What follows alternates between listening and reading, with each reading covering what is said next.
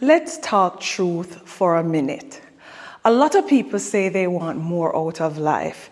They want freedom. They want options. They want to take care of their families. But the moment the topic of money comes up, people get uncomfortable. They start saying things like, money isn't everything. Money can't buy happiness. And this classic one, money is the root of all evil. As if money has a mind of its own and is out there somewhere plotting evil. What a lot of people don't realize is that mocking money is exactly why they may still be broke. You know why? Because your mouth may be blocking your blessing. Now listen, money isn't everything. We know that, but neither is oxygen. But that said, let's see how long you can survive without either oxygen or money. The thing is, you can't manifest what you mock. And I want you to let that sink in for a moment. You can't say you want abundance and then turn around and disrespect the very thing that can bring it into your life. Listen, it's like praying for rain and then running outside with an umbrella and complaining when you get wet. Make it make sense. You say you want freedom, but every single time someone talks about money, like me as an example, you roll your eyes and you say, Odetta, you love money too much. Or you talk about people adoring money too much. You say you want to retire your parents, which is good. But then you go on social media and you post a meme that says money isn't everything. You want options. But deep down, you're scared to even admit that you want to be rich or that you want to be financially free. It's kind of warm here. Let's head somewhere else where we can get some fresh air. You want financial freedom, but then you get uncomfortable around people who actually are financially free. Some of you get more upset seeing someone drive a luxury vehicle than seeing your bank account in overdraft. Listen, that mindset is one of the reasons why you're still broke. I recently posted a video about why so many Jamaicans are broke. And right there in the comments, I saw this happening all over again. People allowing their mouth to block their blessings with statements like, money isn't everything. Happiness can't be bought. Or, rich is a state of mind. Listen, we don't need money to smile. We know that for a fact. But when your electricity bill is due and your kids need food and your health fails, I want you to tell me how rich in spirit is going to help you out.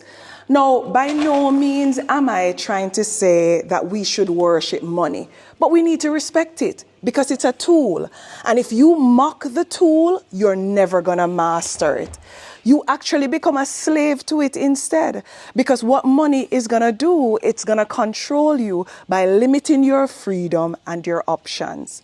Listen, if you don't know this by now, what you reject, you repel. Now, let us be real for a second, because a lot of us grew up hearing things like rich people are selfish, or money will change you, or that too much money is a sin. Even while in church, we heard it very clear that it's easier for a camel to go through the eyes of a needle than it is for a rich man to enter the kingdom of heaven. You have heard that, right? Now I'm outside trying to get some cool breeze and it's starting to rain. So we need to move again.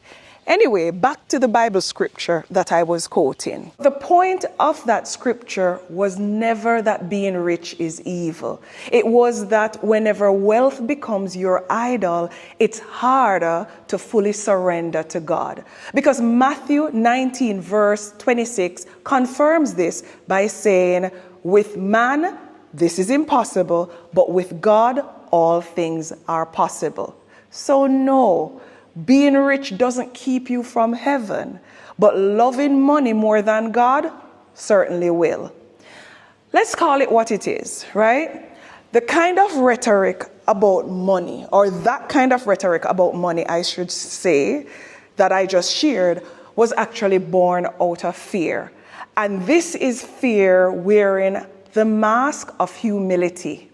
It's much easier for someone to say, I don't need money, than to admit that they don't know how to get it, or worse, that they don't believe that they're worthy of money. But here's the truth. Money isn't evil. It's a tool, and like any tool, it depends on who is using it. It doesn't have a mind of its own. This is where you're going to have to make that mindset shift. Because the only thing more dangerous than a bad economy, and this is my opinion, is a bad money mindset. Let's talk about how we're going to shift our mindset. We need to stop thinking of money as greed and thinking of money as options. I want you to think of money as the difference between stress and peace of mind.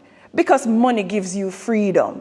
And I'm not talking about the quit your job and fly to Bali kind of freedom. I'm talking about the real freedom where if your boss disrespects you, you don't have to pray through it and hope that things will work out. You can actually hand in a resignation with a nice smile and a plan. Money is what allowed me to retire from my 9-to-5 job at age 42. It wasn't magic, it wasn't luck, it was money. Money will change your supermarket experience. No more will you be there mentally adding up everything that you're trying to buy and pretend you're watching your carbs when you really just can't afford to buy the grapes. No more will you be praying for your card to not be declined at checkout, watching the cashier and hoping and praying that you have enough funds. You're not going to be living there anymore. Money means when your child gets sick at midnight, you don't have to resort to just Googling home remedies. You can actually pick up the phone, call a private doctor, and skip the 4-hour hospital wait. Money is being able to say yes when your niece or a distant cousin needs help with their college tuition, or when a stranger in need wants groceries. You cannot give from an empty vessel. Money is choosing health over hardship. It's being able to afford the medication your parents need without sacrificing the payment of your water bill or your phone bill. Money is dignity. It means you're not borrowing money from your cousin and then dodging their calls for the next few months. Money, in some instances, will give you a second chance at life when a cancer diagnosis comes, as an example, and private treatment is the only option.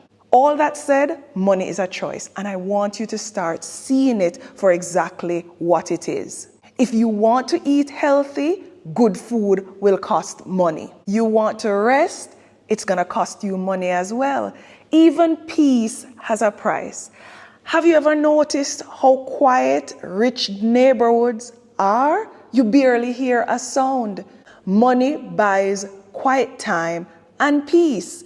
So every time you say things like money doesn't matter, you're rejecting the very thing that could change your life. Money. It can also change the life of the people that you love.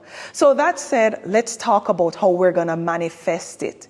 Remember, you cannot attract what you constantly speak against. Words actually do shape reality. It's like wanting to be married, yet posting on social media things like all men are trash or love just isn't for me. Your mouth and your mindset needs to align, and it needs to do so for you to generate money. Every time you say things like, I'll never be rich, or every time you joke and say things like, I'm always broke, or every time you say you can't afford that, you're casting a spell on your entire life, and you're placing a ceiling on your blessing. If you want to manifest money, start seeing it, start claiming it, and start accepting it. So all that said, let's stop pretending that we're choosing simplicity when we're actually settling for mediocrity. Now, what I'm sharing is not for everyone. If you are happy where you are, then that's beautiful. Do you. But don't judge the people who want more or judge or criticize the people who have more. Not while you're still there telling yourself that it's better to struggle. Now, let's close out with talking about manifesting abundance. And I'm going to pop up something here on screen that I want you to say with me. I want to be rich in every way. Rich in love, rich in spirit, rich in health, rich in impact, and yes, rich in money too. Because I am done rejecting this blessing that I've been praying for. I am abundant, and I will no longer mock what I'm ready to receive. I want you to say this every single day. Speak it, claim it, become it. And listen, if this message is stirring something in you, I want you to write a comment below that says, I choose abundance. And remember, you can't mock what you claim to want, and then when it doesn't show up, you act like you're surprised. Choose abundance, because I know for a fact that the God that I serve did not put us on this earth to suffer. Until next time, walk good.